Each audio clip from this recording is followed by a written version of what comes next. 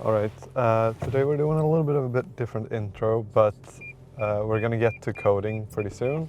Last week we made a bit of progress, but we also ran into some issues, which was AWS thing just not working properly. I got suspended, my account got suspended. Today the goal is gonna be to try to get the login screen working again, because that stopped working sometime last week before the account got suspended. We've gotten back my account for the AWS server, so I can now log back into my account and actually start working on the login functionality. That's going to be the goal for today. Just get the login screen to work again. And if we get the login screen to work, then we can go on and have a look at the, I think it's called Chime SDK, which is AWS or Amazon's package or thing that you can use to have voice calls between users without having to use phone numbers. You can just use the internet. So that's going to be the goal. I'm going to finish my Christmas shopping, and then the next thing you're going to see is coding.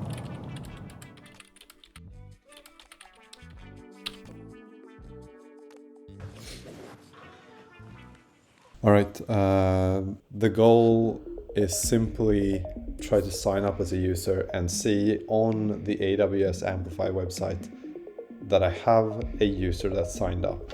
That's the goal. We'll see how far we get today.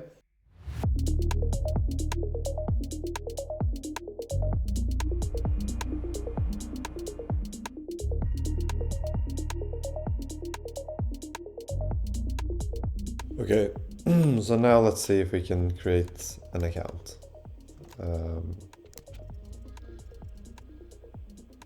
All right, seems like we're signed in. Now the question is if we have a user in our database somewhere, which is what I want to see.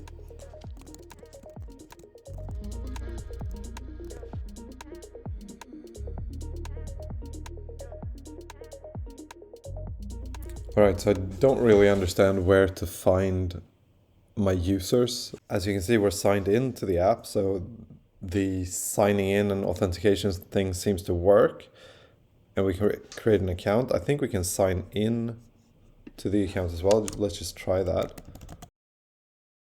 All right, either way, this stuff seems to work. Like I get verification codes and I can sign in and I can do all kinds of things, but I just don't know where to find the actual users. If we go to this site, which is basically, I think, AWS Amplify's site, only have these three options: app settings, hosting, and overview.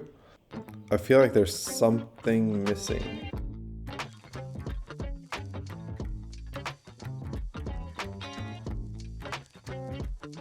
Okay, so I think maybe now that I've done something, because this add storage backend is what I just did a commit here on my local machine. So I basically added a folder called back or storage, and then inside that folder I had to add another file called resource.ts, and that then created deployment 2 here on the AWS console for Amplify.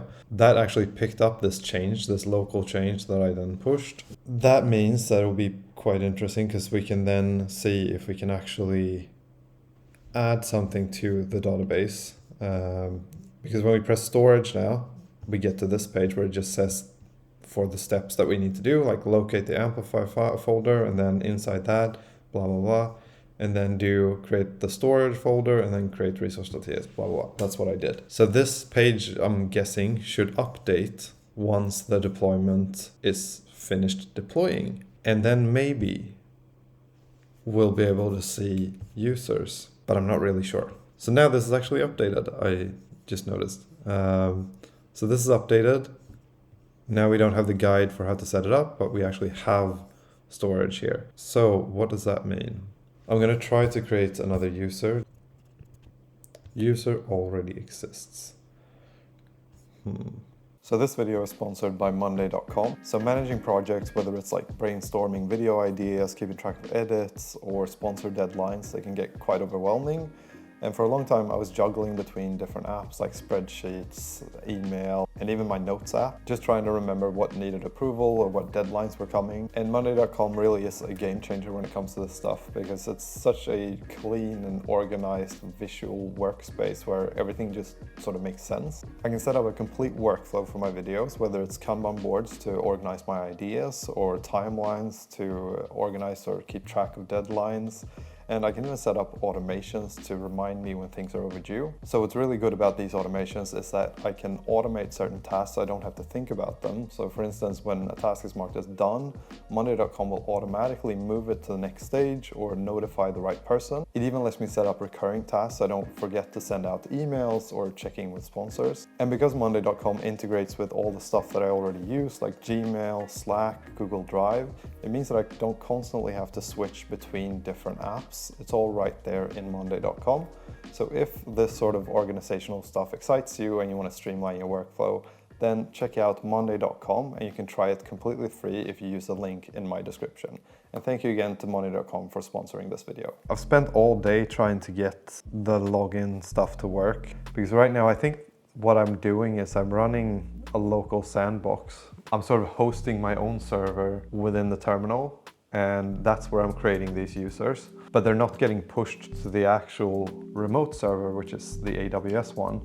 Well, it means that I need to connect the remote server to my local machine somehow, or like add some sort of credential, something, which just doesn't seem to be as easy as I thought it was going to be. And so I'm trying my hardest not to get too discouraged. Like, I know this is not something that's going to make me give up on this idea, because I haven't even tried that much, I would say. If I've been trying for like 3-4 days without making any progress, then talk to me then. But I don't think I'd give up then either, because it can be done. And the thing is, like, if it can be done, then I feel like I could obviously do it. It's just that I need to spend enough time learning how it works, and then at some point I will get it to work. I really thought that it would be way easier than this, but it's just not. Some days I won't make much progress, but hopefully tomorrow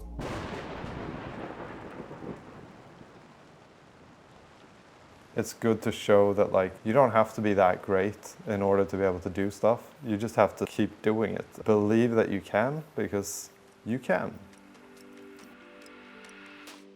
So today what we're going to do is, the main goal that I have is just to be able to see users on the AWS website.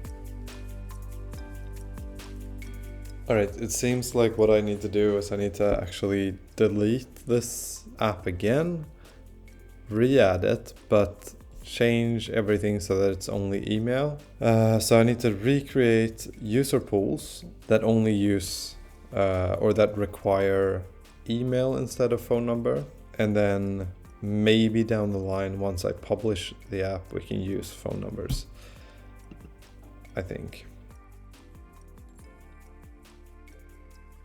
All right, now it's deployed, and now we'll go back here, typing yes, and that should probably restart the sandbox environment, and then we can try to again create a user and see if it shows up on the AWS website. All right, we're signed in now with a new account. Now the question is, will this show up here?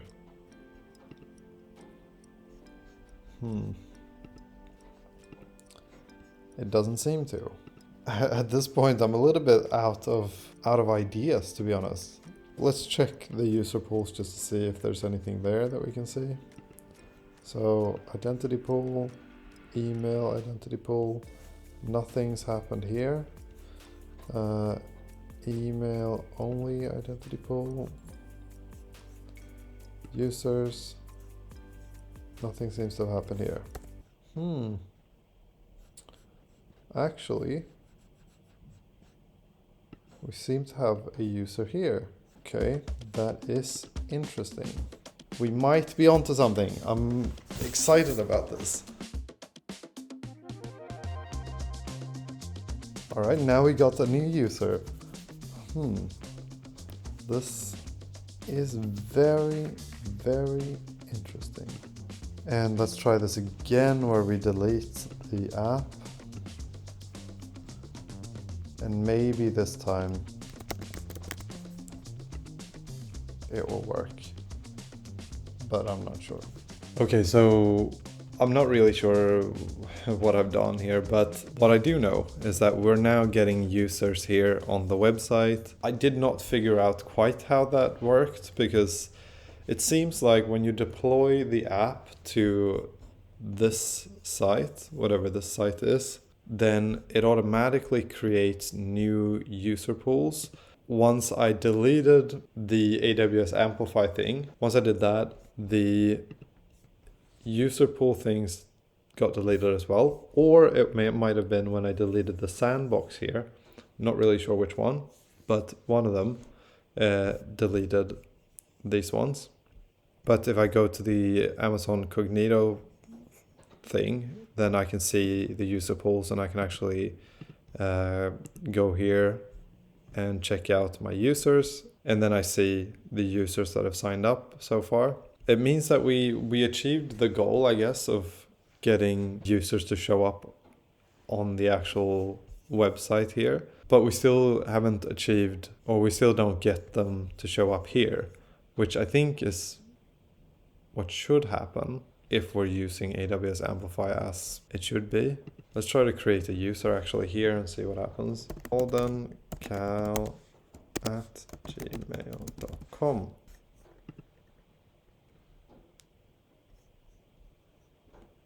Now, I'm not sure if this is like, maybe this is another type of user or for something else. I don't really understand, to be honest. So I'm going to try changing some of these things around and see if that will change anything. All right, this will be quite interesting, because what I got now when I went into this app Cognito user pool was I actually got just one user, which means, I think, now we have one user here.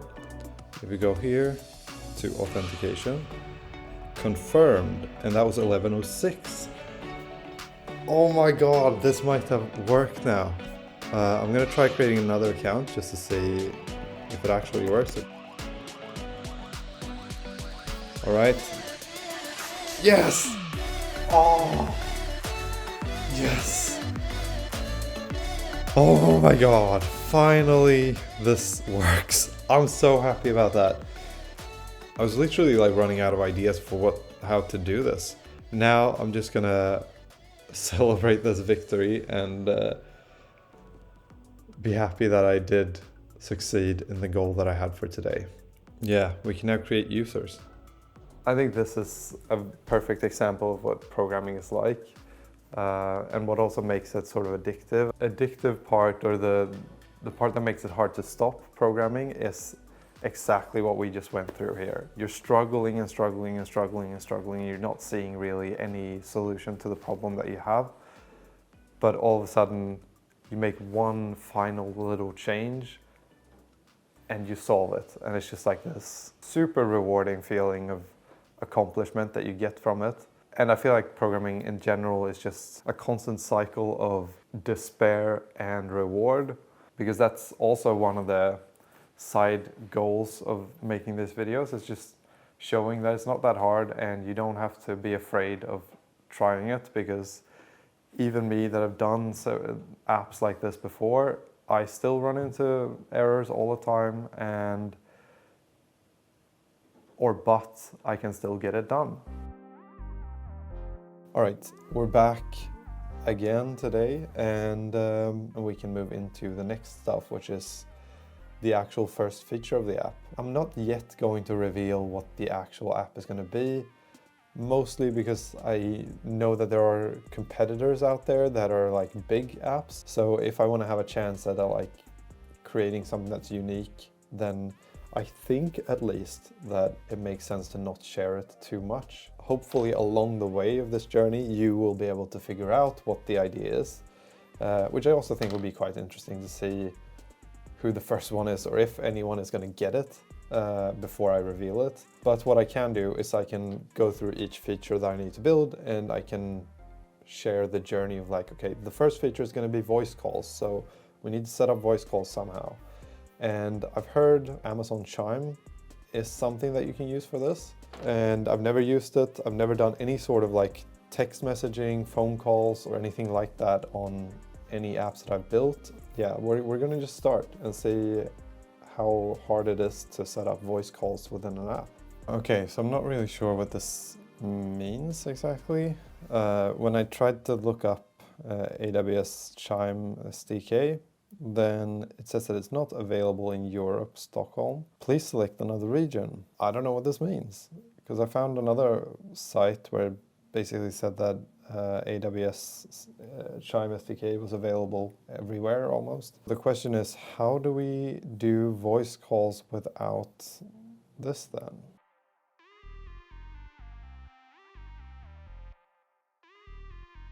Okay, so I've done some basic research now. From what I can tell, it seems that we can use Flutter WebRTC to connect two different users and allow them to have a conversation of some kind. This seems to be a way to circumvent the use of the Chime SDK. We can use the Flutter WebRTC to set up a structure within the app that allows us to talk to people, but we also have to combine it with some services from AWS. So they have Lambda, they have DynamoDB, they have API Gateway, and those seems to be the ones that we need to use.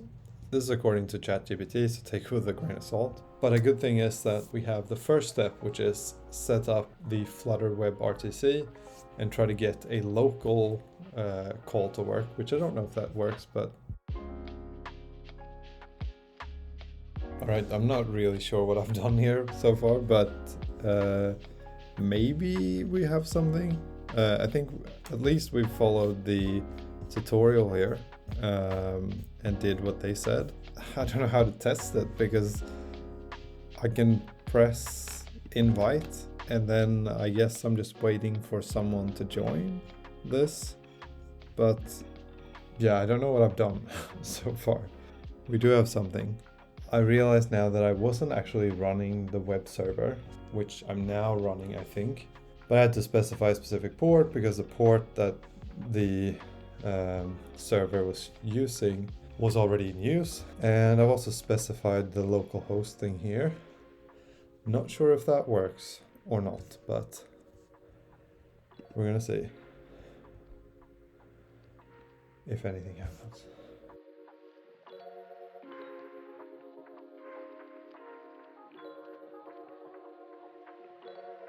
All right, so what we have now is we have some sort of animation that is based on random numbers, some sort of animation to symbolize the fluctuations in amplitude.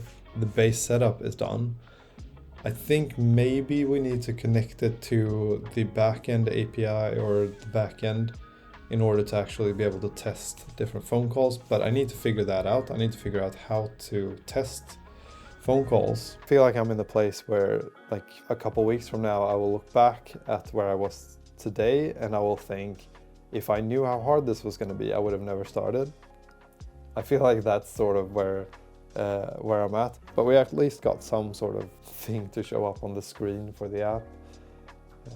But yeah, and I'm gonna have some lunch, do some more pull-ups, and wrap Christmas gifts, and that's the end of today. All right, so today the goal is going to be to try to get the amplitude information from the microphone of the phone somehow, and then we're going to use that to replace this value up here to basically be some sort of stream from the recording thing, which I think we can get from the Flutter WebRTC, but again, this is where I'm not really sure how to do it, so we're going to have to just try to figure it out. Okay, so we're getting something here. As you can see, we are printing the audio level, which I just added here. So it means that something's going wrong in the get audio level from WebRTC. Something's making us not actually access the audio levels. Now the question is just, where does this happen? So I can see that we have this value here. which means that audio level is a value, but it is 0.0. It means that the object or the thing that we're using here in the code actually should have access to audio levels, but right now it seems like it actually doesn't have access to it, but we're not actually doing anything wrong, it doesn't seem like. 0, 0, 0, 0. Okay, so we are printing the audio level here. It seems like the peer connection thing, that's the problem. According to ChatGPT, we could run in multiple tabs on Chrome, and then that way we might be able to test the connection. So we're going to try this with two different numbers here. So 23, 46, 6.